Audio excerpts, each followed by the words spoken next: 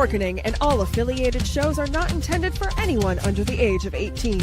The following may contain discussions or scenes that have adult situations, graphic violence, nudity, strong sexual content, and graphic language. This show is intended for mature audiences only. Viewer discretion is advised. Everyone thinks because you're a zombie, you don't know good coffee. Well, they're wrong. We have very active lifestyles. It's not all wandering the countryside aimlessly or scaring passing motorists. And we all love a good cup of joe. And there's only one brew that gets my seal of approval.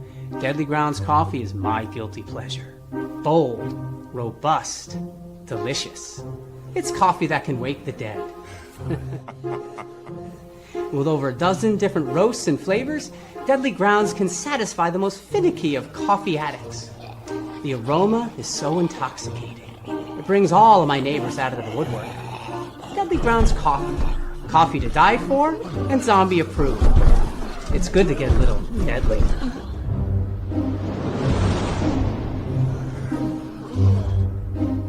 Use the front door! Oh, they're so disgusting.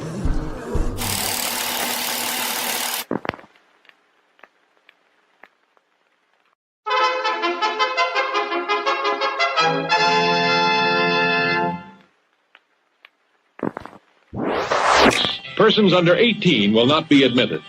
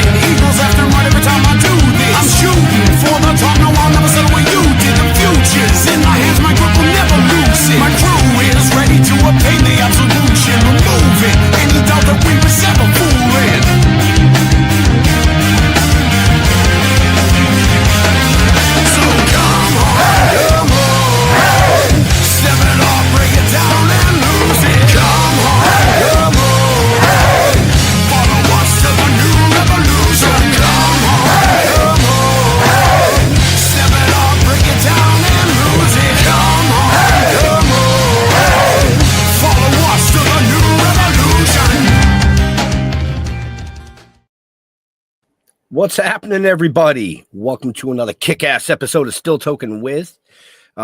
Yeah, you already know who I am. I would hope by now. Rubber room. Jesus, there's that fucking voice in my head again. Well, I do want to say, you people have been chosen to reveal our existence to the world. Okay? I want to say that. But I also want to say, Aaron Go Bragg, what the fuck is that? It's Irish for you're fucked. So if you know what I'm talking about, I'll catch you on the flip side. And with that, the flashy man himself, Mr. Jeffrey Mark. Well, hello, cats and kittens. Well, I'm excited because our wonderful guest for this hour has already showed me his muscular, hairy chest. So I'm good to go. He just got up and walked off screen. Oh, my milkshakes do not bring the boys to the yard. So, having gotten my laugh, let me introduce my wonderful friend, Jeff Homer. Hey, it's Wednesday. Next week, it won't be Wednesday. Next week, it's going to be Tuesday. Tuesday and Friday. Tuesday and not at 7 o'clock. What the fuck are you doing to me? Well, because you did that. Nope. Stop. I gotta go. Nope. Back to me because you brought it up. So, like Jeff said, next week, Tuesday at 8:30, we're going live. Friday at 8 p.m., we're going live. The reason for it is we're kicking off a 4-show series to help promote the 50th anniversary of Little House on the Prairie. Wow. So we will have multiple guests from the show coming on over the next 3 weeks, 4 shows. Just pay attention. I mean, it's that simple. Just pay attention. Go ahead. Where was I before I was? I so fucking rudely don't know. Interrupted. I don't know. You were in my head. I You had to know? get in yours. But yeah, no, I want to talk to this guy because, I mean, I don't know how I missed this movie years and years ago. I really don't. But I watched it this weekend. It was killer, man. Kick ass. Good job. I apologize for just seeing it. Well, now you got to watch the second one. Now I got to see the second one. But let's bring this dude right in, Mr. Troy Duffy. Gentlemen, Nice. okay. Yes. I knew you had a big Yes. gun. Yeah, I got all the guns. My gun guy Charlie Taylor made all the rubber replicas for us so that we didn't shoot the DP and kill him. Right. We were rehearsing. Boo. So he gave them all to me. Got them hanging all around the house. Everybody that comes in here, they're like, "What?" Right. Nice. Well, that's a way to start the show, folks. In case you didn't catch the one-liners that I threw at the beginning. Nice one. You've been living under a fucking rock. But Well, yeah, evidently Jeff has. You just saw it last week. How the hell did you? You're a Massachusetts guy. Yeah, I don't know how I missed that movie. I really don't. I'm ashamed. I'm ashamed. Oh, well, in his defense, in Jeff's defense, he is a super Tubi I'm a horror B freak. buff. Oh yeah. So when we were chatting after the show last week, I'm like, "Oh, dude, I'm so excited to chat with this guest next week." And he's like, "Who is he?" And I'm like, "Troy Duffy." And he's like, "Okay." I'm like, "Dude, he wrote and fucking directed the Boondock Saints. I mean, we live south of Boston. Like, we're from the area." Yeah, you How know could what? This reminds me of the story. Like, nobody really knows what I look like. So sometimes my ex-wife now, but while we were married, we'd say be in line at TSA, this close to missing our flight, and she'd be like, "Just tell them who you are," right? And I'd go, "Have you ever seen Boondock Saints?" "No." "All right, fuck it." Never really got, Thank God, because you would have gotten frisked. I do want to say that one of my favorite things about that movie was the fact that it did not have that cheesy, fucked up Boston accent in it. Yeah. You know what? There was see if we can get together on this. When they try a Boston accent, unless they can really nail it, don't do it. No, Because don't. All Bostonians can see that. The New York accent, that's a little bit easier. People can kind of do the sort of Goomba New York thing if they want to, but the Boston accent's so specific. Like I don't know. You guys see what was it? Something River, Mystic River. See Mystic Yes. River, Sean Penn?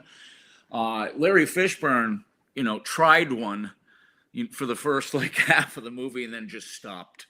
Yeah, he just let it go. Because everybody was probably going, "Dude, no. First of all, no. Second of all, no." No. All Bostonians get pissed off when you do that, so you better be able to hit it right. But Well, I've seen the Boondock Saints 1 and 2 a million times. It's one of my all-time favorites. I mean, I just love the storyline. I love the show. I love that it was filmed in Boston. But to bring up the no to the accent, The Departed. yeah, oh yeah, Oh yeah. There was some in there too. I mean, there were a few that hit it, but there were a few that's like, dude, we all don't say park the car in Harvard Yard. I mean, come on, what the fuck? Yeah. But like the town, for instance, was where they did have some good ones. Jeremy Renner killed his, my opinion, and the gal that played the lead, the really young, long, blonde-haired actress that's married to Ryan Reynolds right now. What's her name? Who is that? Jeffrey Mark, you should know this. What's her name? I should know this. I'm She staring didn't make at an him. impression, apparently. Right? She did on me. She was excellent in the role, and her accent was spot on. I couldn't believe it. You know. But Yeah, anyway, we- the show's not about them. No, but I always tell people you want to do a really, really good Boston accent. Go look at Peggy Cass on any episode of To Tell the Truth from back in the day. Yeah. She is pure Boston. She's real, right? I mean, there's like certain people can just pull it. Have you noticed, like, just walking around your daily life, there's just dudes that can do accents. You know, Yeah. the whole Blake idea that Blake Lively. Yeah, Blake Lively, that was it. She really killed that role in The Town, and she really did a good job with the accent. You know, I guess that was back before all this Hollywood crap took a hold of her. But there are some that can pull it off. You know, it's just that most can't. And unless you are spot on, Bostonians are going to call you on that shit 100% of the time. Yeah. And They don't yet, call us you know, massholes for nothing. Right? the movie is so Boston specific, and yet it's universally loved. So obviously the writing and directing and acting carried a story everybody could relate to for the kind of movie that it is. I mean, because it is cool, but it is special. Well, I am a New Englander. That's where I grew Yes, you up. are. We always went to Celtics games and Sox games in Boston. We had all our field trips down there, like old Ironsides and stuff. Okay, all three of you, please answer a question for me. I love how we did that. Why is it called the Boston Celtics and not the Boston Celtics? You know what? I have no idea. It's just always been that way. I know, but why? Because it should be Celtic. That's what the word is. Because Isn't that's the Celtic way we spelt with a freaking K? I'm sorry?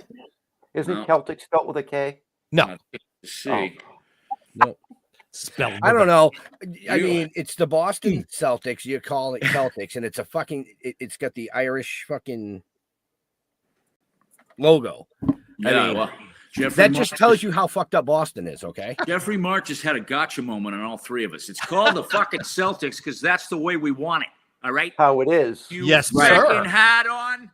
Right. Yeah. Who Like I told said you? earlier, it's Irish for you're fucked.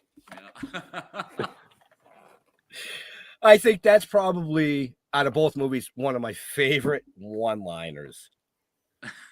Yeah, You know. it was funny. It's funny. Like after Boondock, that's kind of the giving people nicknames and having like one-liner things you burn your friends with. That was like just a New Englander thing I grew up with. So I wanted to kind of stock the movie up with it, and it was really funny because afterwards, you know, fans use those little terms in regular conversation. I can't tell you how many times, you know, I've been in bars and stuff and restaurants, and I'll hear somebody, you know, where are you going? Nowhere. You know, even though the smaller stuff. Right. But the height of it came, dude. Check this story out. Rocco comes back from speaking at a college, like film school, and the college newspaper guy did a terrible review of Boondock. You know, we're bad with reviewers, but big with the fans. So they just smeared the movie.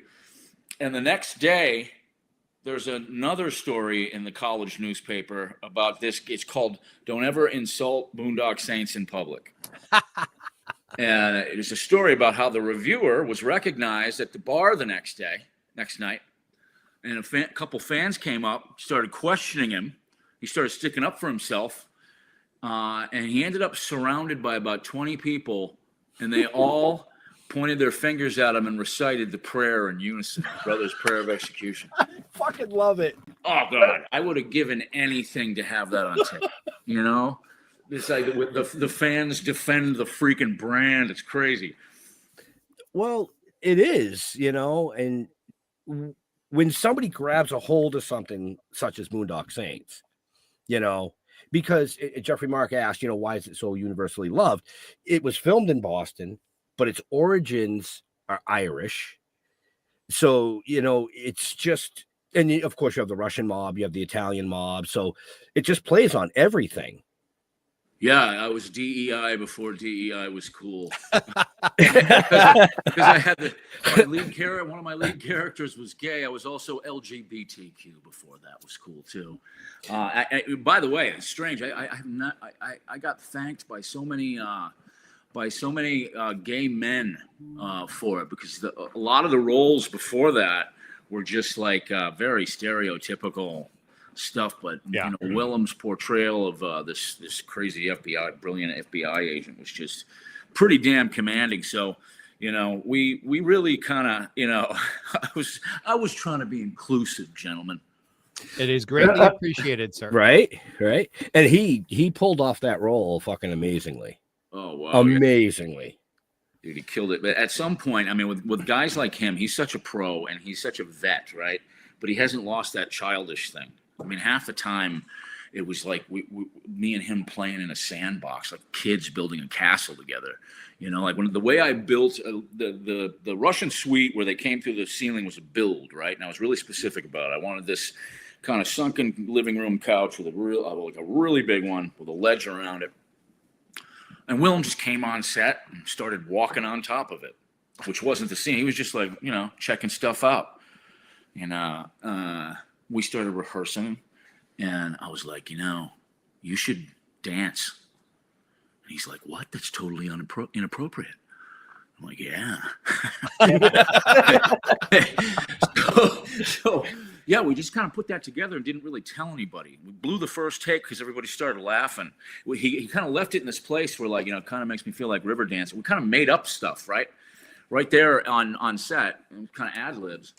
So he's like, kind of makes me feel like river dancing. And like the whole crew and the camera guys were waiting, like, he's not going to actually. And then he starts doing it, you know, and everybody busted up laughing. I was like, all right, that's happening now. We just made an ad-lib change on the fly. Let's go. Let's get it again. Right. Well, I think you said a good sentence. Any good actor, if you're doing anything that's got any kind of comedy in it at all, yeah, there's like 3/4 of your brain has to be the lines, the direction, hitting your mark, and making your character and the backstory and all the stuff professionals have to do. But then 1/3 of your brain has to come to play. Yeah. And if you don't come to play, there's something missing. That's a good way to put it. I almost call it keeping a hold of your inner child. Oh, sure. You know, and not forgetting that this is fun. You know, we're all making a film. We're all young. First, my 3 top leads were no names. You know? Right. I had never directed a film before. You know, that was the first script I had ever written. And we were just a bunch of kids, man. And somehow, some way, keeping that inner child alive and just like trying stuff and, you know, not searching down every mistake that was made and having sets like that where it was the set was just magic, man.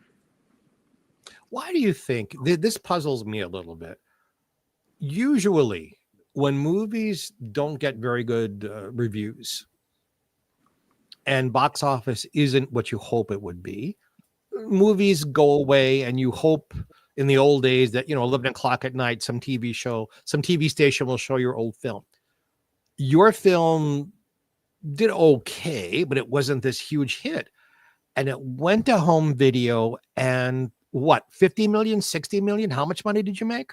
Yeah, there was a lot, but that's just domestic. It's the story is actually a little more juicy than that. Oh, please. What you do when you make a small independent film, Boondock was shot for less than $6 million. What you do when you make that, when you're done, you take it to the studios, and the studios have their big little theaters on them, Paramount lot, Sony lot, you know, Warner Brothers. And they invite, you know, their employees down and buyers, and you're hoping that one of these big studios buys your film, gets behind it, puts it out in theaters. Our screenings for the industry happened just a few days after the Columbine incident. And so we had the screenings, and we had some of the most successful, like nobody was leaving. They tell you, you know, these people work here, so be prepared to have at least 50% of the audience leave. Nobody was leaving. And the audience response, I'm standing in the back and watching, it's off the fucking chain, right? So I'm like, all right, we got a hit here. But the writing was in the sand, you know. Finally, some, you know, big buyer came up to us and said, look, your movie's been blacklisted from U.S. theater screens. Nobody's going to take it out after this. And I don't know if you guys remember the sort of trench coat mafia thing. I had 2 characters in trenches almost the whole time. There was 2 young men that did the violence. Connor and Murphy were 2 young men. So there was like a whole bunch of odd, what they thought was parallels to it. So we were all crying in our beers. It got a theatrical release, but that's also not the story. We did what was called four-walling. You guys know what that is? Yes, let's let our friends know what that is. You pay for it. Yeah, you buy the tickets, and then hopefully they sell them at the theater and you recoup the money. So we just got 2 theaters, one on Hollywood and Vine and one out in Waltham, Massachusetts. So it wasn't much of a theatrical release. Like literally, there's no P&A, no trailers on TV, nothing. You were relying on people to go to that specific theater and be so enticed by the poster, I'll go check this out. And one of them actually did crazy business. The Waltham one happened to be a college town, and a couple of students saw it, and then more and more. And in a 5-week release, they made almost 40 grand. And they didn't want to give the thing up. They didn't want to give the print back. That was back when they had the film reels. They were actually showing it on film. They had to be threatened with legal by Blockbuster because it was going to invade on their rental window. Now, how did Boondock, after that shitty start, become what it did? I had a buddy, God rest his soul, Dean Wilson. He was the CFO of Blockbuster, and he watched the film and became probably the first Boondock fan, right? And he was like, "This is bullshit. We're going to give you what's called a Blockbuster exclusive." Now, what a Blockbuster exclusive is they release it in their stores, about 7,000 to 8,000 stores at the time, like a big movie. Instead of like the usual small indies had like maybe 2 copies a store, they were between 60 and 120, depending on the size of the Blockbuster. So it was like a whole wall of Boondock when you walked in. So people would be like, "Did I miss this one?" And what like happened? Jeff? Yeah. Well, I never went to Blockbuster. Didn't go to Blockbuster either, huh? Do you No. do anything, Jeff? Huh? You do anything normal?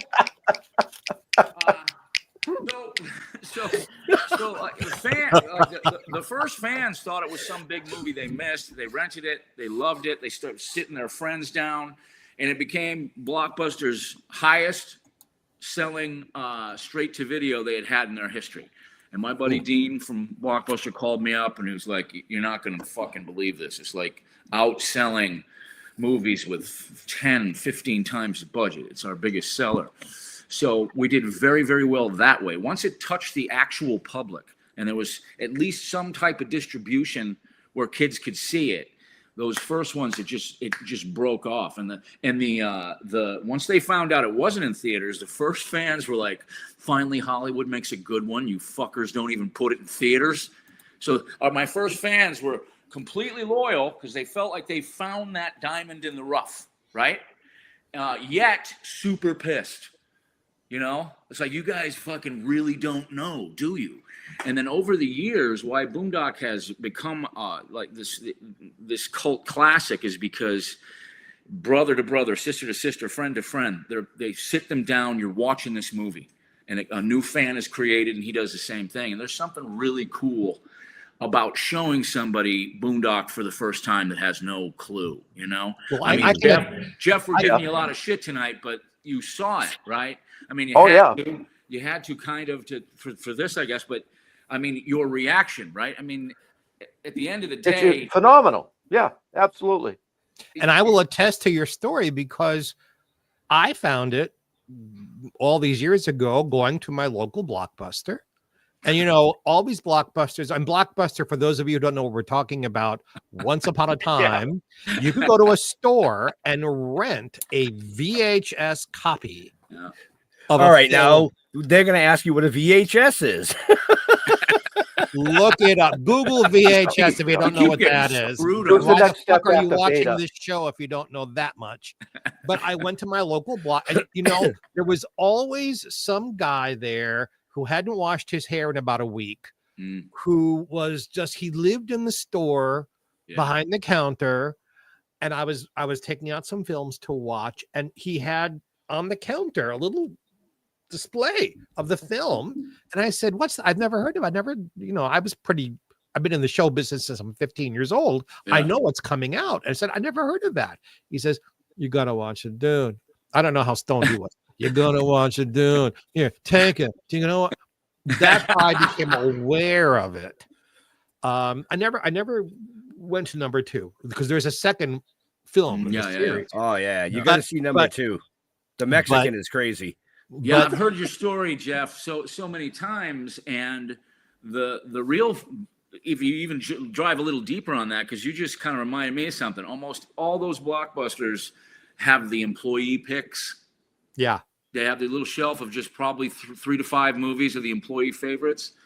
And Boondock was on it all the time. And when those videos, they have this thing called sell through. It was a couple of million, VHS tapes with the sleeves on them. Those have become like really good, cherished finds for the fan base. I saw this guy one day who found one in like a at a tag sale. Mhm. He got it for 50 cents. Look at this. You could probably sell them for like $150. Well, Oh yeah, yeah. So, we've killed like 25 minutes just shooting the shit here. But I want to bring up the newest thing you have coming out, which is a novel. Yes. The Boondock Saints, Blood Origin, Volume 1. Tell us a little bit about that. Well, I basically wrote my first book, just like I wrote my first script. I've been a reader my whole life. I'm always reading something. I was very intimidated at the thought of writing a book because that's where you kind of, jump on the porch with the big dogs. Like if you're going to say you're an author and a novelist, that's very different than I write scripts. No, regular people don't read scripts, but they do books. And I know the ones that changed my life from when I was a young man all the way to now. So I've worshipped the greats. We stand on their shoulders in terms of the writing world and the book world.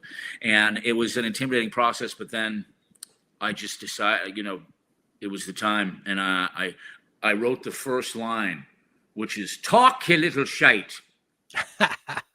And then it just came out like a waterfall, just never ended. And I wrote a book about double the size of a normal crime thriller and did the audio book. I narrated it myself with my voice, which is, your regular audio books anywhere from 6 to 8 hours long. Mine's over almost 18 hours. Wow. Brand new Boondock stuff. So what I was able to do is just run around in my mind in the Boondock world and not have to deal with actors and producers and agents and lawyers and DPs and film. It was just me and a keyboard, and it felt like, I don't know, coming home. It was odd to me how scared of it I was, but I became obsessed. Went to bed every night thinking about it. Woke up every day dreaming, me thinking about the new cool things I was going to do. So what it is, guys, is basically what's called a requel. Does anybody know what a requel is? There's like 20 quels. Well, a requel is this. It is a story that starts out as an origin story and then comes up to the beginning of the story, say the movie with Boondock, it would be the brothers living in Boston, their best friend's Rocco. Yeah. But then it's set in present day, right? It imagines the brothers, boots on the ground, the U.S. today. And then the story is very different, right? There's sort of little iconic moments woven in there, almost like a Da Vinci Code that fans will pick up on. But regular readers that don't know anything about Boondock won't. So that's kind of like a secret code in there for them. But it's essentially a new story. And I thought all the cool stuff you can't do in a movie. Brothers don't just come here from foreign lands and just start killing bad guys, especially illegal immigrants. It would be cool. It'd be totally cool if they did. It'd be fucking cool as hell, but but like, these guys do, and there's a story there. It's like, how did they get into? What were the footsteps down that dark path into the shadowy world of vigilantism? Because there had to be dissension. Like, were they going to go do something like that? That's not just like, let's go have a beer and discuss it. Right, there's a lot of story there. And what happens? Like, what does a man feel like the first time he takes a life? Connor and Murphy are very serious about that. They don't shoot the guard, the guy that's got a wife and kid at home and is probably making minimum wage. They make damn sure you make their list and you need to be taken out of the gene pool. So they take it very seriously, the ritualization of the bodies, the kind of faith, the faith aspect of it. So, and what would that be? Two boys And I love that there's brothers here because they're opposites in everything. Brothers disagree on everything. Sometimes just for the principle of it. Sky's blue, fuck you, it's purple. They'll just do that, right? So I wanted to have Connor and Murphy disagreeing on everything. One of them is a lot more spiritual than the other one. The other one's not sure. Like many people, he struggles with his faith. But that becomes a thing, right? Now that brother is going to be like, well, let's go do this, come on. The guy's like, you realize what you do? Talking about killing a guy? Are you out of your fucking mind? So you would have to imagine in any type of a real scenario, a real story, brothers like that would really get down. They would discuss it. They would come to blows. And when they went and did their first thing, they would have planned that shit to the last detail. And then it all goes wrong and they got to figure a clever way out of it. So with a book, I can take those moments, all the things I couldn't focus on in a movie, because you're in and out in an hour and 45, right? There's things you can't get into. Like one of the things I wanted to do with Rocco, for instance, he's basically a savant, genius mafia soldier, and none of the guys in the mafia know, right? In the book, that's the way he is. That's the way I always wanted to do him, but we didn't have that kind of time. So Rocco had to be that almost cardboard cutout of your best buddy in high school or college that was down for anything. He would jump in and punch the other guy, whether you were right or wrong, and ask questions later, right? We all have a friend like that would take a bullet for us, almost like a puppy dog. Like, this is what you guys are doing now? I'm in. Let's go. Let's go. I know everybody. We could fucking kill everybody. So we all have had a friend like that, and that's what I concentrated on in the movie. Now, with all these characters, not just Rocco, with all the good guys, all the bad guys, especially the brothers, I get to do deep, deep dives into them. We start the boys out when they're 13 years old. They've both been arrested for a violent crime, and you're just thinking, what could they have possibly done at 13 years old? Then when you find out, you're like, oh, wow, it's actually kind of, that feels right. It's not some stupid thing. They didn't kill anybody at 13, but they did something super violent for a super good fucking reason and got caught, right? So when they grow up and become 23 years old, the reason, and they get to the United States, steal across the Canadian border and get to Boston, that feels like the beginning of one, right? And it sort of is, but it's set in present day, all right? And the reason I did that was because I want to not only have crime and criminals changed, and we have in the last 25 years, and we have a much more rich range of targets these days, people that we want to see die, right? Not only that, but I wanted the brothers to see, hear, feel, and smell what we all do every day. The shit we walk by in the streets and shake our heads about. The things we've accepted as just a new shitty part of American life that the brothers wouldn't. They just kind of remind us of kind of who we were supposed to be. And also, I mean, imagine that. Two boys grew up their whole lives working 7 days a week, get that little nest egg together of cash so that when they get here, they have got it all planned out, and they get here to get their slice of the American dream. They want to start their own construction company, McManus Brothers Construction, only to find what we all see every day, only to find what's happening now, that the American dream itself is crumbling right in front of all of us, So I thought, what a much better place to put Connor and Murphy, that wonderful question, what would happen if they were here today, for real? Who would they take out and why? And how would they do it? How would it change from back in the day? Remember, we didn't have internet and smartphones and all this social media shit back then. Here they do. How is that going to help them, hurt them? How are they going to use it to get away or do things better or find things out about targets? So I just felt that making it a present day story had a lot more benefit. And, also over the years, I mean, people have asked me, like, how did you kind of know all this story? It's from fans, really. They've asked me every question imaginable, and some of them are pretty logical, like, where did they grow up in Ireland? Or why didn't they know their father when they saw him? Did they grow up without him? But then you got things like, how'd they meet Rocco? And I'd be like, why would you even be thinking about something like that? These infinitesimal little questions. So then they got me thinking, and I'd always answer that question in my head. But what's different about Boondock is and I don't know why this is, the way that fans take it extremely personally. Not all of them, but a lot. They take it very, very personally. Those brothers are very special to them. So when, I obviously took that into consideration when doing the book, but it's different, like just think of the guys, think of the great characters that we love in movies, right? I remember like one of my first fell in love with Smokey and the Bandit, right? But I didn't care. I never asked, I wonder how Smokey's relationship with his mom is. And Right. these fans do, and deeper stuff, like things that even to me sound like that's crazy that you'd even think that. But what the book is basically 1,000 questions from fans answered, and I gave them probably 2,000 more. But what I tried to do, and our first reviews are telling me I got this done. I slammed a home run here.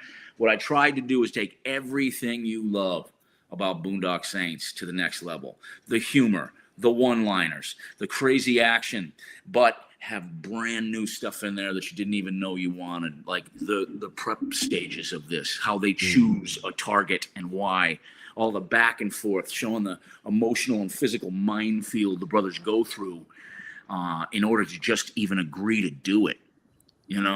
Those types of things. Yeah, that's if they basically said, hey, we're just going to give you a TV show to do on this, I'd just take the book and go, Now you did a TV show, as a matter of fact. You did a show, Origins. We the book is called Boondock Saints Volume 1 Blood Origin. We tried to do a TV show. That just didn't work out. Yeah, that was going to be called Origins, but that just didn't work out. We tried like hell, and a lot of the story that I developed for the TV show, I kind of repurposed some of that for the book. I only brought it up so because I know you have this huge fan base, so they don't get confused. Yeah. I'm answering a question. I can hear them asking, so we're answering the question for them while we're watching here. Oh, so yeah, ESP tonight. Well, he's got his ESP on tonight. No, he's absolutely right. I mean, even in like reviews, they'll mention it. Wasn't there supposed to be a television show? I tried desperately to get it made, and a strange thing was this was about 2 years ago. I was staring down the gun barrels at 2 deals. That TV deal, finally out of the blue, comes at us with Universal Television, man. They were going to do the Boondock Saints television series.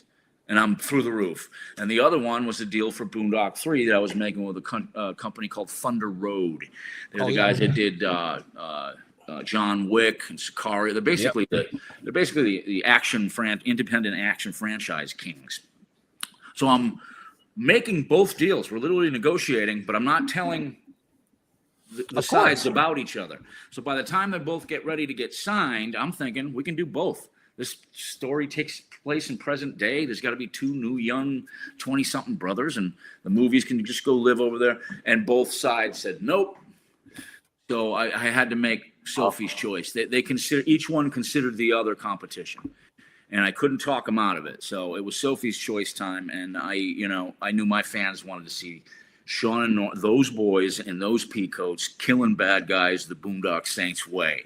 So I, grabbed my balls, bit my lower lip, and did the movie deal instead of the television deal, which I really, really wanted to do and had worked very hard on for a long time. But there's nothing saying that after 3, if you decide that, you could approach or reapproach the TV deal. Before we go too much further, folks, I do want to say, if you're interested in anything we're talking about tonight, whether it be the movies or the books, because I'm sure there's going to be more. Oh, there will be. Well, if it's volume one would expect some more. Mm-hmm. Yeah, it's funny. Yeah.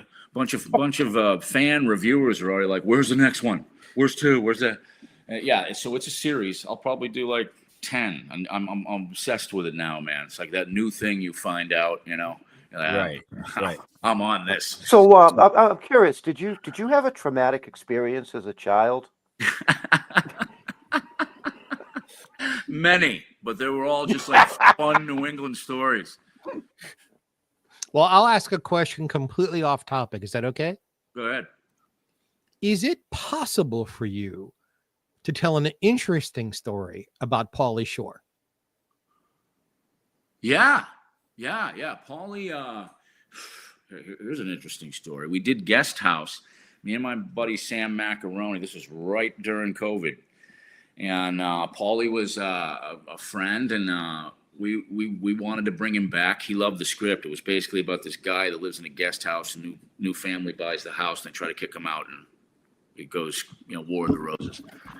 And yeah, we had the #1 comedy in America when it came out, and nobody noticed. It was #1 on Netflix. Nobody was obviously allowed to go to theaters, but we held that for 2 weeks, and we had these really quiet parties. Like, yeah, we're #1. Nobody gives a shit. Nobody knew. Also, Pauly, he came over the house, and this one time, like, he lost his hat, right? He's like, where is it? And he was high, and he was looking around, and I remember turning, because I had this kind of outdoor kitchen, and I had this big, lobster pot. And he took the lid of the lobster pot and looked down in it for his hat. And I was like, why the fuck? I mean, if there's one place it's not, it's in a pot. You think he would have forgot you put it in there? But yeah, Pauly's funny and kind of can't get in word edgewise. He's funny as hell. I'm asking because, like every other stand-up who worked a while ago, I knew Mitzi and Sammy as parents, and just thought I'd give them a plug. Yeah, Pauly's stand-up is fantastic. And it's strange. I just got back from Skankfest in New Orleans, which is gathering a lot of the biggest comedians. I met some of my faves, man. I met Jeff Dye. I met Shane Gillis, Harlan Williams, man. They had this kind of back green room, and my comedy heroes were just filtering through, and I was like, hey! They're all Irish. That's interesting. Yeah, they were all Boondock fans, crazy enough. So what I was saying, folks, is just check the show notes up above or down below, depending on where you're watching or listening to us. All the links are there. Yeah, and just for anybody that buy the fucking book. Yeah, the book's available on Amazon and Audible. If you want to listen to 18 hours of my commanding voice. Troy, who's your publisher? This is self-published, and now a lot of fans are asking about the hard copy. Now, here's another fun story. We had sent, the book, which wasn't completed yet. We just sent like the first, say, 20 chapters. It ended up being 45 to a bunch of publishers, and we're just getting turned down everywhere. And I'm like, what the fuck is going on? Like any Boondock fan would be like, what?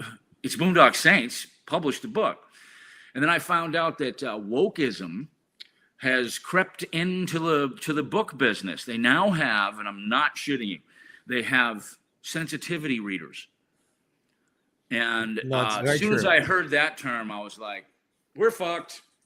We are totally, there is nothing sensitive about Boondock Saints. In fact, the way we make our sausage is through political incorrectness like a mother. So I'm not going to change that.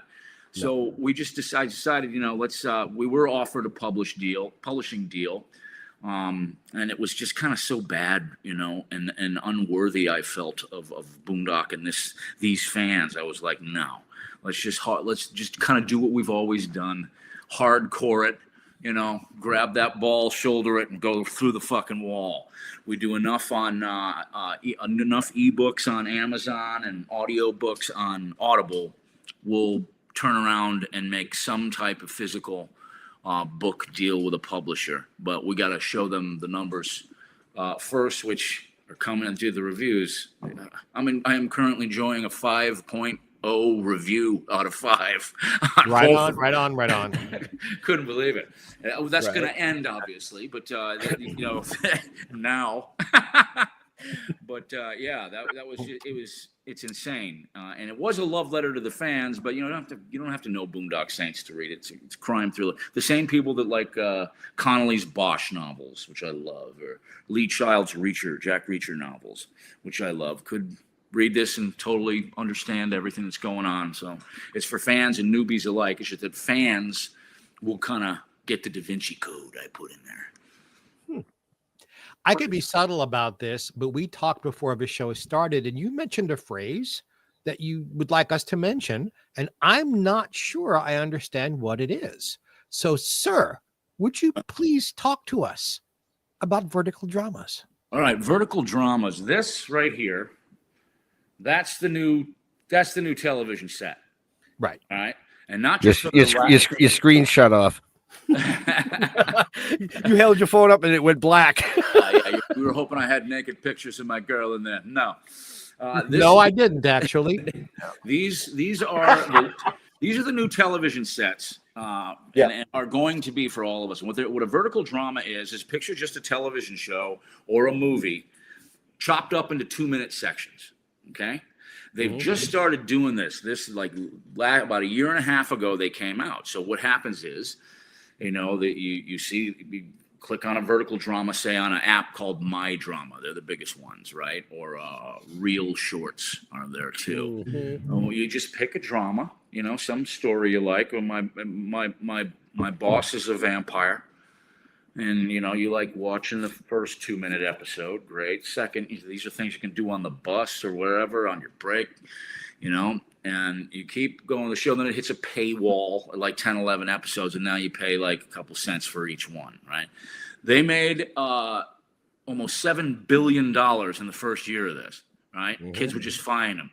But it's really the Wild West. The guilds, like Writers Guild, Directors Guild, SAG, they don't know what to do. They're not in that yet. So anybody can just film anything, basically. So all these dramas right now, it's the Wild West, and I believe in it for that reason, right?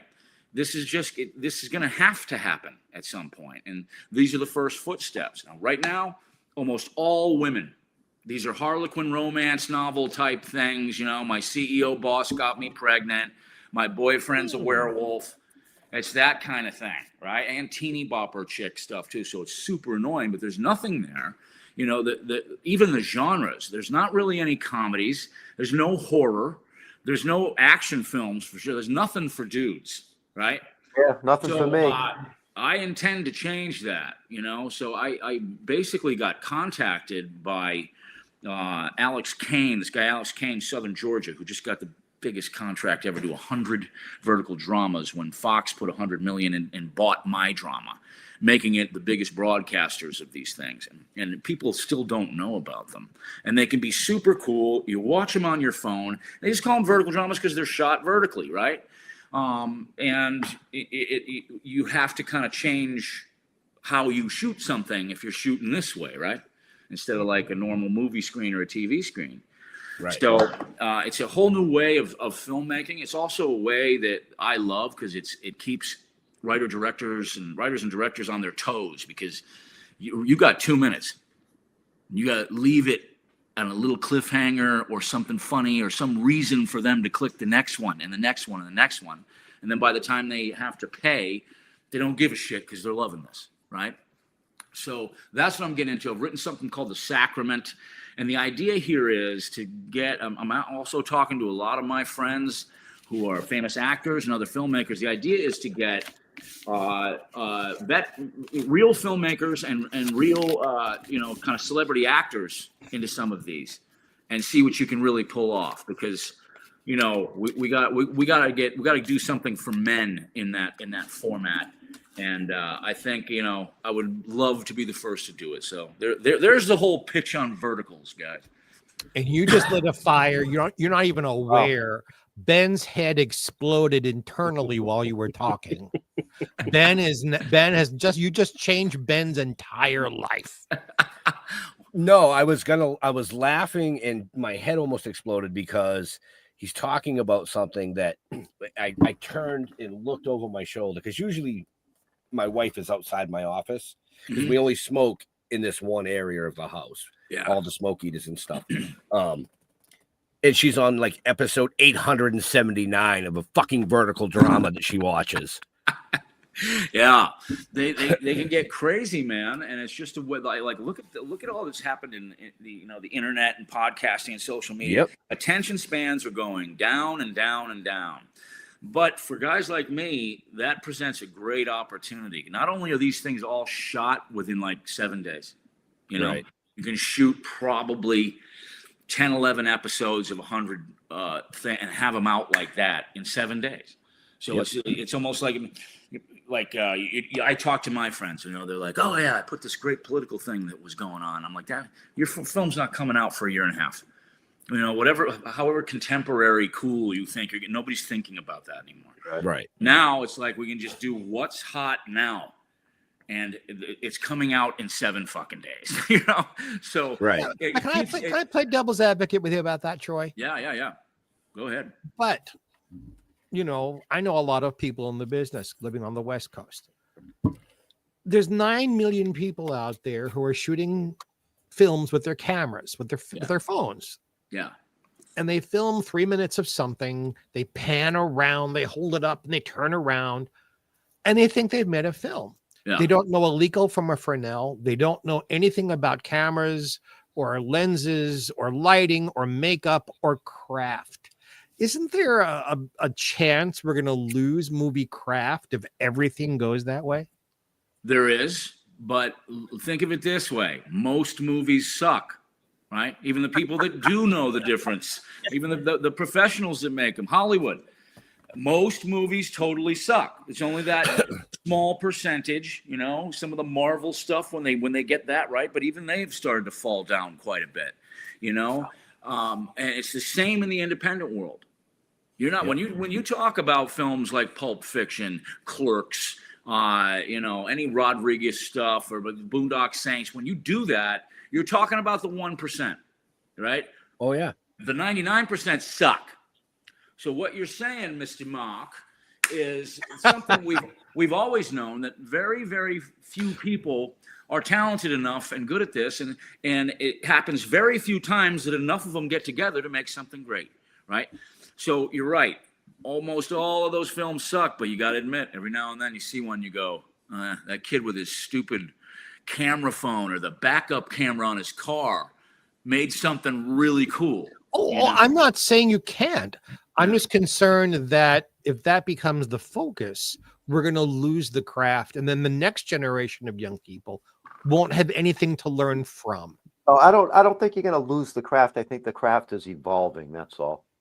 Yeah, or giving us just another facet, another product, right? Right. I love going to the movies when I can. The experience has gone down for me, but I don't believe movie theaters are actually going anywhere at the end of the day. I love seeing great stuff on streaming. That's another product. We can get anyone on streaming. I love putting in a DVD, you know, of something that I own, and now we can go watch verticals and stuff on our phones. And they're going to start translating. They already have actually started translating movies into verticals. All right. Yep. So I believe that they're probably going to shoot most things both ways, up and down, you know, horizontally and vertical. So they have a whole new monetization thing over here. You can get it in 2-minute shots. And then, I mean, what if it becomes an advertising thing? You're on the bus on the way home. Oh, that looks cool. Then you just go call it up on Netflix and watch it. You know, there's all kinds of things. Yeah. To me, as because I thought about everything. Like that before I kind of made the decision to jump in the pool on this one. And yeah, there's a lot you can say against it. And almost everything that I've seen work, almost everybody said that, you know. No, I agree with you about that. The bad stuff. Well, look at shows like this, for instance. Yeah. You know, we started out, you know, doing this during COVID. Actually, right before COVID. Literally right before COVID, we had 19 shows booked. Jeff and I also wrote a novel that went to comic books, and started Sweet. animation. What's it The called? long story. It's called Toking with the Dead. Cool. Check Zombies it and weed. out. All right. So I actually sent Bethany. Was that her name, Bethany? Yeah. I sent Bethany the link to the website. I'm gonna check it out. Yeah. So where I was going with that is that was 6 seasons ago. We were on like 3 platforms, but we could see where things were going with streaming and in platforms and pre-recorded versus live. The beauty of live is people can interact if they want to. Or I answer all the questions, 3 months from now when they watch it again. All right. Well, then you guys are living proof. You're seeing what I'm seeing. You saw what I'm seeing now. Well, right. And when you believe in something too. I mean, you guys are talented dudes. Absolutely. Easy to talk to. I'm sure you were thinking, well, this feels like a ball's rolling. Feels like something's happening here. So that's what it feels like for me with this. Yeah. Good. Well, because I have just started. These guys don't even know yet. I have just started writing my first novel, and it is a murder mystery that includes famous situation comedy characters after their shows were over, like you're doing. Mm-hmm. So it's later on in their lives that the fans don't know about, and it's a murder mystery. And you've just convinced me I'm on the right track. Great. I mean, yeah, you guys did it. I think that there's a bunch of innovators out there now, and as much as people kind of harsh on the internet and social media and all, there are some bad things about it, but there are also some great things about it. It's made a lot of people a lot of money. It's given us a whole bunch of great entertainment. I barely watch the news anymore. I get it all from podcasts with people who I know are knowledgeable and have no skin in the game. So why would they lie? Right. I mean, the whole vertical drama thing got me thinking, because I release like TikTok shorts about the show. So I'll take a clip out of this and put it up there. And it does pretty good. You know what I mean? But I don't do it enough to give a fuck. But a show a show like this, I mean, we've been blessed over 6 seasons to go from, having like second generation Disney legend animators on to folks like fucking Richie Ramone. And, wow. You know, shit, huh? Dave Elfson from Megadeth last week. You're kidding. Dee Wallace, Eric Roberts. I mean, some big fucking names. Yeah. But we could go back and take those, like you said, you give them 5 minutes free, 10 minutes free, 30 minutes free, but the next 30 minutes of the show, you got to pay for. Oh, is that how you do it? See? Well, I'm taking the vertical drama. See? Oh, so yeah. You got my brain spinning on other ways that's to what I integrate. saw. That's what I saw. Ways, other ways to integrate what we do in an easy aspect. So I want to thank you for that one. Yeah. At my age, I mean, I just hope I remain vertical for longer than I usually do.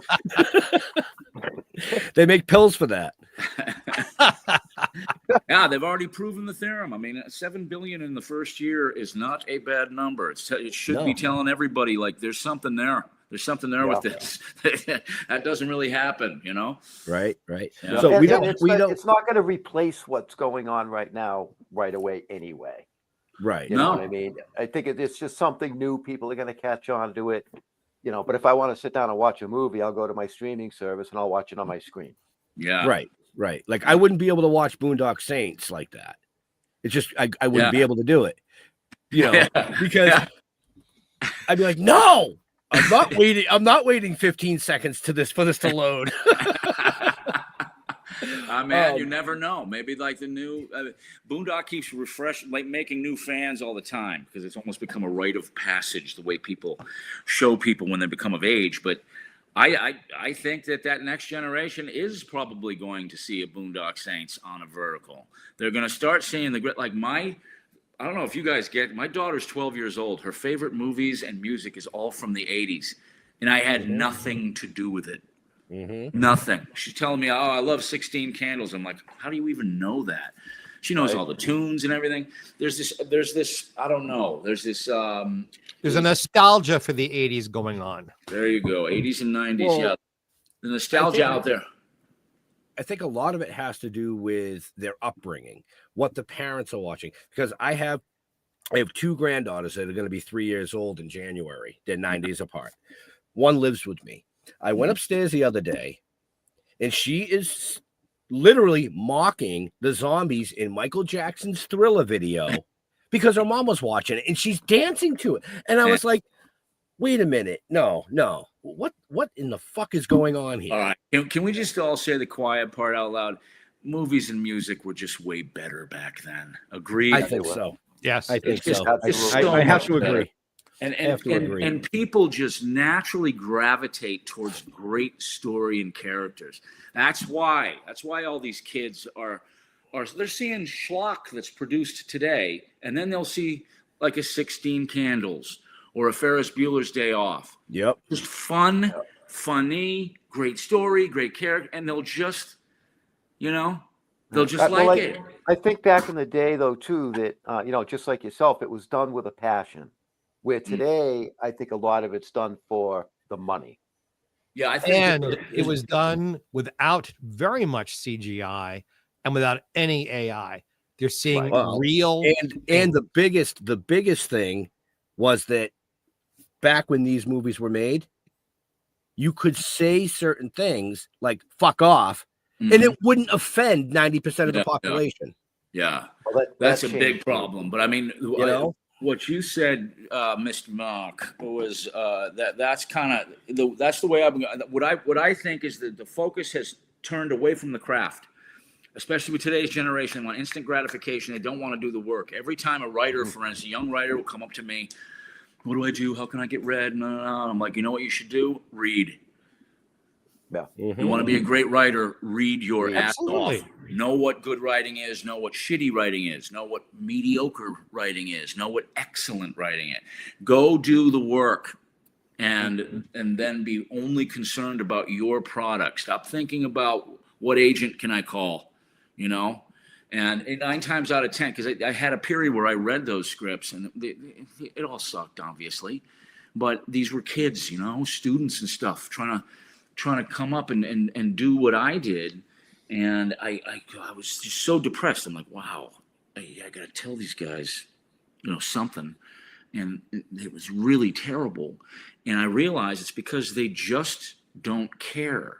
Right. They don't care about it. It's they true. don't care about that craft. So their shit sucks. And that's why we have so much shit that sucks today. Right. I often, being I'm the oldest guy in the room, being the age that I am, I'm often asked, like, how did you break through? How come you've had this incredibly stupid long career? Well, burning ambition, but burning passion. Yep. I learned my craft. I did the work. I read the books. I know about 600 songs, lyrics in my head. Yeah. But I can deconstruct the chord structures too. When I say, because I'm also a singer and other things. Yeah. I walk in knowing, like what I do, don't like what I do, but I know what the fuck I'm doing. And young people don't want. Yeah, it's like they F-bomb. Ben is. I don't curse hardly ever on the air. Bring it out of you, Jeff. Yes. Don't do that. You keep doing that, and you will indeed, my friend.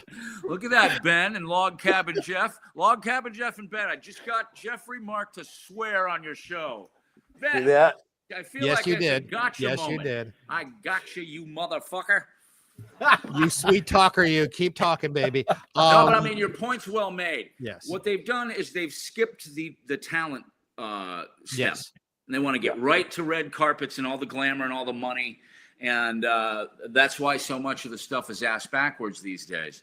And when it comes to like wokeness, what they did to Star Wars alone, somebody should have their ass removed for that, But wokeifying all these great American brands that we love, Marvel brands and fucking Star Wars and Star Trek. Though Star Trek wasn't quite as bad, it was still, And now people are super, super sensitive to it. We know we're being sold something. There's some kind of little political agenda here, and we hate it. We hate it. That's why in the middle of all that, they released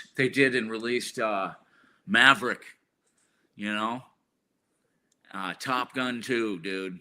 And it made like $1 billion in theaters. Everybody went to see it because finally, I still haven't seen it. You haven't? Oh God, you gotta. You'll love it. Well, yeah, maybe it we get virtually one of the... saved the studio that they made it for. Everybody's like they're all losing money because they're doing all this crap that we don't want to see. Even the big tent poles, a lot of them are falling down. And then Maverick comes along, and I thought that was going to be it, right? I was like, all right, they must know now, that we got to go back to actual storytelling and characters and giving a shit about stuff and putting a group of talented people together to get good shit. But they didn't. They kept right on going. Right now, what I think is that the pendulum is kind of swinging back the other way. A friend of mine, Chris Gore, the other day said the best thing about it. He said, what's happening now in the movie and television industry is that the fever has kind of passed. The patients survived. We're past it. He still needs to be bedridden, given medicine. He's not ready to go run a marathon yet, but the fever's broken. So I think that's where we are too right now. Well, I'm gonna take this opportunity to give a plug to Naomi and Jason Brooks for their work and what they did with the Death of Snow White, because they released that movie the same week that Disney did the re-release and the remake of their Snow White, which failed miserably. Oh yeah. Okay. Yeah, the Death of Snow White, independent filmmakers. It was real. It's action packed. There's no CGI. There's none of that It was bullshit. a great fucking movie. I gotta check that out. You guys are giving me like a list of stuff I gotta go see or read. And it's fantastic. Yeah. Read some of my books, Troy, while you're at it. Okay, cool. The Death of Snow White is on Tubi right now. Tubi. Okay, cool. I got Tubi. All right. I'm in. Cool. And they've done a lot of other stuff too. Once you see it, you'll be like, oh, okay, these guys are fucking good. You guys got to have me on again in a couple months after I've seen some of this stuff, and I had no idea. Once a year, that's it, man. Yeah, once a year. Cabin Jim, Jeff. Once a year. Well, it's funny. It's funny because over 6 seasons, we've only had now 4 guests that ever came back a second time. Because, not to toot our horn or anything, but I literally deal with like 13 different agencies. Yeah. And there's only 4 shows a fucking month. Yeah. So the show's usually booked 2 months, 3 months in advance. Yeah. And then somebody will call me and be like, oh, I got this movie coming out next month. And I'm like, dude, I'm booking for fucking February. Yeah. If you want to come out in February. Thanks for fitting me in, but the reason I was because you guys, no, we'll definitely I'd have you back on again. Like smoke weed and shit. We should all have a beer next time. We should do the beer cast. The beer cast.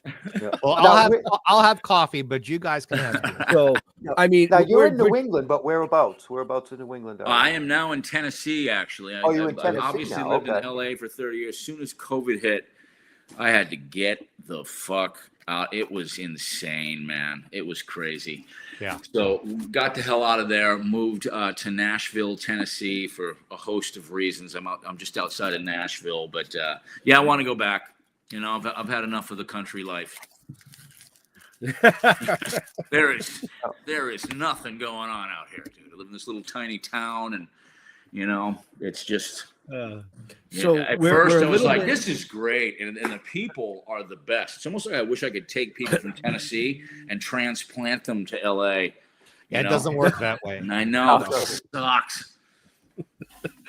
We're a little bit over time, but I do. Well, we can, guys. Just for me, don't worry. We can go as far over as you want. All right. So I want to ask. You mentioned 3 Boondocks 3. Yeah, I was just going to ask. Is there anything that you can talk about? I know. A lot of times when filming, there's a lot of NDAs involved. Yeah. But where you're the actual writer and the motherfucking mind behind it, is there any thing that you can tell us? Yeah. Here's what we're doing. I am writing and producing this one. I have written. That 2 years ago when I made that deal with these guys. That was the deal. Now, what happened was Thunder Road seeks to elevate the franchise, right? They want to do a 3, 4, and 5 in kind of short order and really kind of take it up a notch towards that John Wick type thing, but in a Boondock way. So they're really good at that, so I had to kind of give up the director's chair, which that sucked, but I was like, okay, they've got the script. I'm producing. Norman's big whoopee shit now because of Walking Dead. And he needs to work with A-list directors, so I get it, right? But the idea was that they were basically going to take some of the muscle and tissue from my script, because there's a bunch of story elements they want to keep in there. Bring in one of their kind of in-house writers and put their sauce on it so that they can do a 3, 4, and 5 in rapid succession. They really want to. They're real huge Boondock fans over there, and they really think they can kind of take it to the next level. So I love all that. And so what's happening now is they've got one of their guys working on it, and we should have a script here pretty soon that's kind of a DNA thing twisted together between my story and his, at least for this one. And they're looking at first or second quarter of 26 to start filming. That's what they're aiming for. So hopefully, keep our fingers crossed. And even then, once they film a movie, it doesn't come out for minimum of a year, and that's super fast, by the way. So it'll be a year and a half, before anybody sees anything. But at least, we'll all know that, because I get knocked in the head by fans like that. If I'm like, even just doing like a TikTok video of me, here's my recipe for deviled eggs. Where's 3, you motherfucker? That's what I get. Well, Troy, It's like, meet my daughter. Isn't she cute? Where's 3, asshole? So I get it all the time. But if they make it, at least we can. Yes, Mr. Mark. You won't say this because you're a gentleman, but your feelings are terribly hurt that you have to give up control of the script completely and give up the director's chair to someone they like. That's really hurt you, Troy. I can tell 3,000 miles away your pain.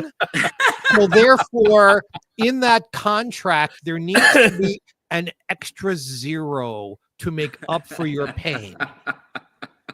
There's plenty of zeros in there. I made the decision knowing exactly what the ball game was.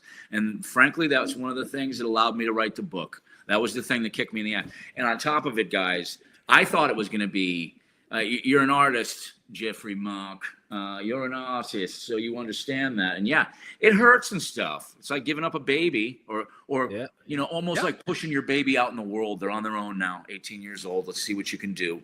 But at the same time, it felt like 1,000,000 pounds came off my shoulders when what people don't understand, what fans don't understand, it's really not anybody's business but mine anyway, is how difficult this is. I'm just one guy.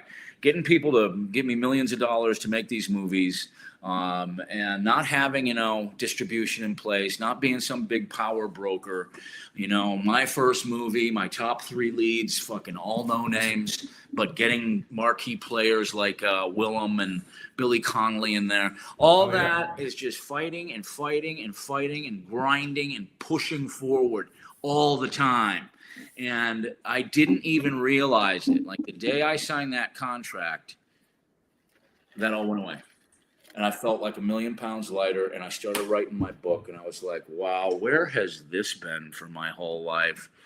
So my life has changed. I'm a little bit sort of reinventing myself, but I'll tell you what, it's just been fun as hell. I'm going to dive into verticals. I'm going to do one called The Sacrament that Boondock fans are going to fucking flip out over. It's not Boondock, but it's vigilantism in a new way. I am going to keep writing these books, and, there are some film opportunities coming up, too. I'm almost like that guy.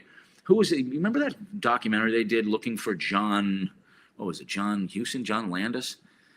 Searching for John something. There was a director of all those big 80s movies that just went and was a hermit. I think it was Landis, not Houston was dead already. Yeah, maybe Landis. It was John Landis. And Yeah, kind of like that. I'm getting, calls out of the blue from producers and film companies that are like, dude, you did one of my favorite movies and then just stopped. What the fuck is going on? And a lot of that had to do with a scurrilous documentary that was done on me called Overnight. But a lot of it was just, Boondock, Boondock was all they were going to let me do. I was throwing scripts at these companies that I was working with, I just made you a lot of fucking money, did a really success. They only want to hear about Boondock, that was it. To keep the model, keep the budget low, to make us a whole shitload of money. So I became that guy, and that sort of, it sucks that it kind of dripped over into the fan base. The ones that yell, where's 3? That's all we want to talk about. What's actually hurtful, Mark, is the fact that you don't find fans necessarily going, hey, you did this thing we love. What else you got? Right. It's almost like a band that has those famous songs. Mm-hmm. They want to just keep hearing those over and over again. If you get another hit, great, but they're not looking for that. Just do it just like the album, Do your movie just like, give us Vigilantes, give us Boondock Saints. And the next thing I wrote after Boondock was a script called The Blood Spoon Council. And we're very, very, that's just suddenly got all the heat in the world on it right now. And we may be doing that, as a big movie with some big fucking actors, man. And some much bigger budget. And, that was going to be, it's like I did Boondock, is like, this is going to be a franchise. I knew it from the beginning, that's why I left it on a cliffhanger so I could make 2 and now 3. This was the next one. Blood Spoon is basically a story about it's called the Blood Spoon Council, and what they are is a group of vigilantes that somehow identifies, hunts down, snatches, and executes serial killers, and basically drops their bodies off the front door of the FBI. And so the FBI is going after them, but really what they're doing is going, how the fuck are they pulling this off? They basically have a master profiler that's way, way different than anybody else. I can't fucking wait for this one. Yeah, Of well, course, I mean, if you made a film about hunting down snatches, that would also be very popular. hunting down what? Snatches. I'm just repeating your words, sir. See, but that's my type of So you're like a psychological thriller guy, huh? I fucking love that stuff. All right, well, let me hit you with a couple of little more aspects of the story. One of the things I like about it is it's basically a cat and mouse story, because what happens is you find out the profiler of the counselors is this slow gin, Southern talking, Doc Holliday sounding man, this Southern guy named John Declan. And he just happens to be what's called a 1%er in the profiling world. That, they know all the science and stuff and the psychology, but they seem to be magic. They can pick that one thing out, 10 things out, because they get into the guy's mind, and always when they catch them, they find that's why they're so successful. In the last 10 years, the FBI has caught maybe 3 serial killers, and they virtually had to walk in and turn themselves in, but the council has gotten 7 in 5 years. So what they do is they bring in another 1%er who's a young kid. So it's almost like a father and a son story. They're not related, obviously. He hates the FBI, doesn't want to work for them. They've tried to get him to, join their program and behavioral sciences, and he won't do it. So he's written some of the most, the best books, the tomes on profiling, and he goes through cases, and he they basically take him down to a sub basement and tell him the secret. Look, there's this Blood Spoon Council is what they're calling themselves. And here's all the info. They've gotten 7 serial killers in the last 5 years, and the guy's blown away. He's like, "What are you talking about? That's impossible." So when he starts he can't not do it now. He's too interested. He's like, "Who the fuck is it? Who's the guy that's doing this?" And he knows the whole time the FBI just wants their profiler. They know that's how they're doing it. And whoever that guy is, they're going to put him in leg irons, and then they're going to make him work for them, you know? So Frank, the young guy, knows that, and he just wants to meet him, you know? Troy, I'm stopping you only because we've got about 2 million people who will eventually be watching or listening to this. Don't give it all away. Someone's going to steal it. This is just you guys make me talk. You're good at gabbing. But what I love about it is, I mean, everybody loves serial killers, right? No spoilers from this point forward, Mr. Mark. But everybody loves serial killers, and one of the reasons we love them is the curiosity of it. We cannot believe that they could sexually be turned on by doing something like that, by murdering somebody. Right. And all the little tiny ridiculous. Like I did 2 years of investigation, even talked to some profilers before setting pen to paper on this. I just really, really wanted to know. I have the same curiosity. Why would a guy do that? You know, and why does that particular really odd thing turn you on? How could that be? You know, we can't understand that. That's why we're so curious about them. So what I did was I took some of the aspects of what you could call the quote unquote greatest serial killers of all time. And that's what we're dealing with here. My spin on them, and you're going to see how the psychology of it all, how they catch them, how they're actually doing it. You know, it's When almost you like come- setting up an impossible thing. What I'm going to make you do in the first act is go,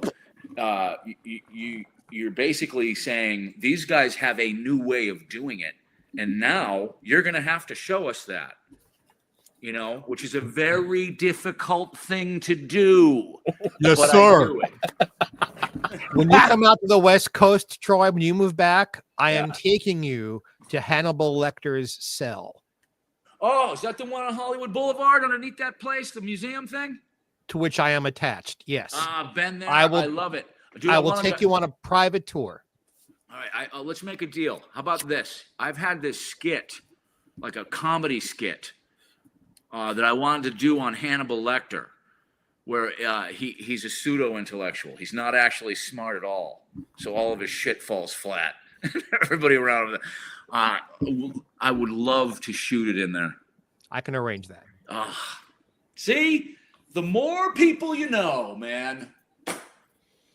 Well, you've been calling So- me Mr. Mark all afternoon and evening, so just for that respect, I will take you personally, and we'll. Make I don't think it was respect. I just don't think he wanted to be Jeffrey and Jeff. Yeah, you got two Jeffs on the show. All right, can You're I Mr. pretend Mark, it was and that's one. respect? Is that okay? Yes, you can. Thank Yeah, you. you From can. now on, you will forever be known as Mr. Mock and Log Cabin Jeff. Well, I like wood. Yeah. I mean, Oh, we live geez. way out in the woods where nobody does anything or sees movies and shit. Hey, Jeff, you see this new thing they invented called a car? It's crazy. Oh, well, I haven't got around to it. I'm out in the hinterlands. Hey, I My spent a log lot of cabin. time in the woods of Maine. Yeah. I have an excuse. Yeah. Yeah. Were you churning butter the whole time? Huh? In your horse and fucking buggy? No, I'm not gonna develop my private life. All right. With that, folks, we are like a lot over time, and I know in the next 10 minutes, Mr. Holman, which is Jeff, I'm is gonna be get going, angry. fucking wrap this up. My dinner's done. And Mr. Mark is gonna say, hey, I took my fucking diuretic, guys. Come on, wrap it up. I gotta pee. My wife is cooking the pheasant I shot today with my musket.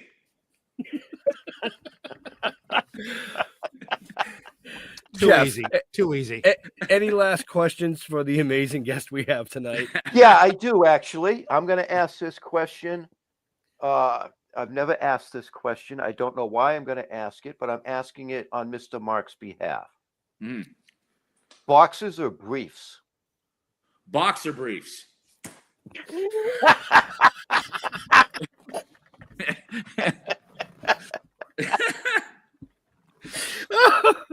Oh, Mr. Okay, Mark. so- Nope, you're done. No. I'm just deciding between the 17 things that just popped into my mind. I bet. Like what color?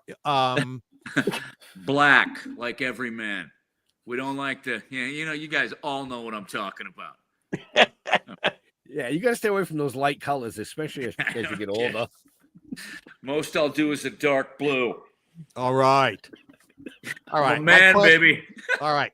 So, hey, man, would you flex your biceps for me one more time? Are you serious? Yes. You know what? Okay, you son of a... No, fuck you.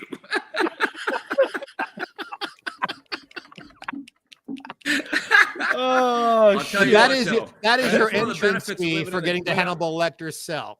Okay. All right. Oh shit! Fuck it. Here you go.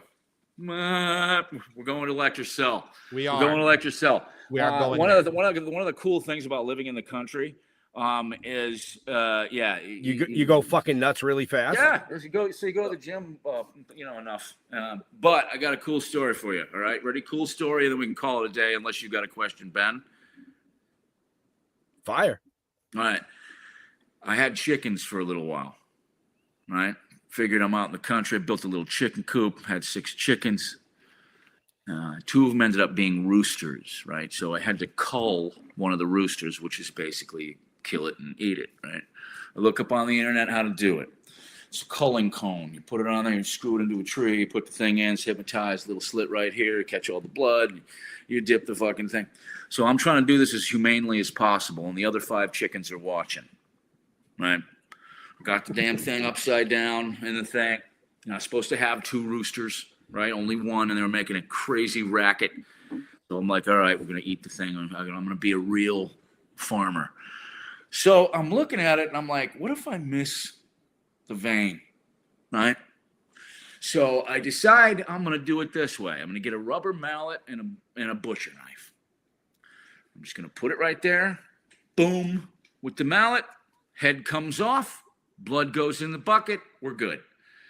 So I wind up to Wisconsin, boom, miss the knife altogether. Cave in half the bird's freaking brain. Right now, I'm like, I hit it a couple more times. I'm missing all of it. Suddenly, I'm sawing on this goddamn thing. And finally, the head comes off, and I'm going, oh, my God. I basically serial killed this chicken in the worst, most inhumane way possible while trying to be humane about it. So, but that, my friends, is how you beat a cock. Oh, Jesus. But I need to. Yeah, that's one of the reasons I got to get back to LA. You start thinking you can farm and shit when you're out here. So, Troy, where do you like interacting with your fans on the social medias? On the social medias, we have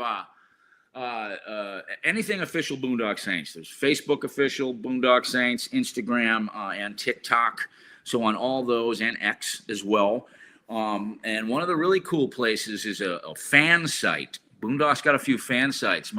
The biggest one and my favorite one is it's called Legion. Boondock Saints Legion on Facebook. And there's just all these crazy talented fans there. They like do their art. They all got tattoos. It's nuts. And my friend who's become a very dear friend of mine since he established it, Nick Hall, is he's the Irishman that runs the whole shabam from Killarney, Ireland. Nice. Mr. Mark. Yes, sir. You know the question. Jeffrey Mark, for those of you who are watching, just as it's spelled below me. Those of you who are only listening, GeoffreyMark on Facebook. Jeffrey Mark Showbiz on Instagram, at Jeffrey Mark in LinkedIn. And if you're having a good time here and you want to continue to watch something that includes music on these very same channels and platforms, we have GPE Presents Jeffrey Mark Plays Ella.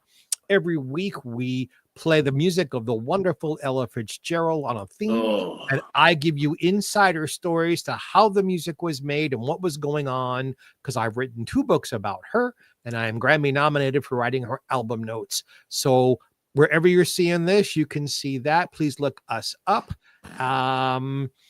That's all I've got, Mr. Holman. Stilltoking.com. Stilltoking.com. Or you can check us out on Facebook. Go to Toking with the Dead. I do want to say that the artwork is complete for issue 6. Yay. Yep. It is complete. I will be in the next few weeks, hopefully within a week. We will have that book all assembled and be getting ready to print. So yeah, I'm really looking forward to that. Dal did a killer job on the artwork. Yep. But give us a follow on our Facebook page, Toking with the Dead. Go to stilltoken.com and be sure to look us up on YouTube as well. Are you done? Yeah, because they don't want to know about me. I'm just talking about Okay, I'm us, just I I was just making sure. I mean, you seem to have like a senior moment where you kind of was like, almost like the bartender No, I in think I Boondock. sharted. Fuck. I think I sharded. That was the look. Okay. I thought Good you were thing- going to end with me and my wife will be canning the seasonal vegetables and storing them for the winter at our root cellar. I'll give you a fucking root. Going to make deer jerky with the nephews. So we want to thank Troy for taking time out of his busy schedule to entertain you as he has done in the past. If you don't know what we're talking about, well, climb back under the rock. It's okay. It's just okay. To all our veterans and first responders, we want to thank you for doing what you do so people like us can come up here and do what we do. Stay safe. We'll see you next week. We're out of here. Have a happy. No many parties.